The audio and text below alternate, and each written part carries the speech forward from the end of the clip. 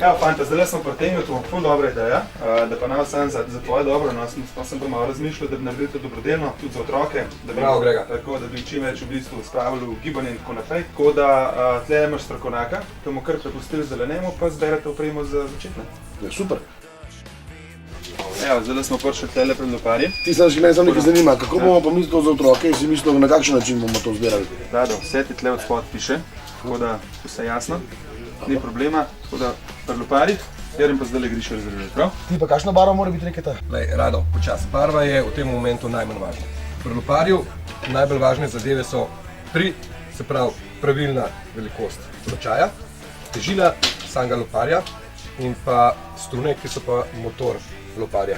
Aha, tak Wi-Fi, ta je brez strun, da gre čez. To bomo pa itak tukaj uredili, ker so v tem tu ekstra strokovnjaki za te stvari. Evo, lopar oddamo. Se je pravi supergice, ne? Supergice. Evo, meni so tele top, kar sem si zbral. To je to. Rado, s temi barvami bo počasi zaključila.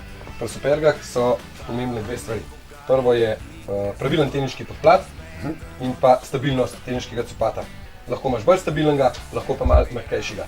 Ti, ki si lažji, mogoče bi ti priporočil malo mehkejši copat. Aha, to, ko sem malo lažji, ne?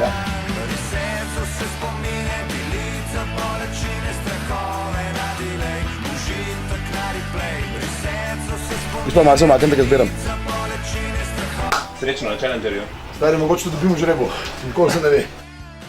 Jarač, najlepša hvala. Srečno, čim več pik na Challengerju. Prideš ti pogledati Challenger. Na finalu je žemlja, mule je žemlja, to je narejen.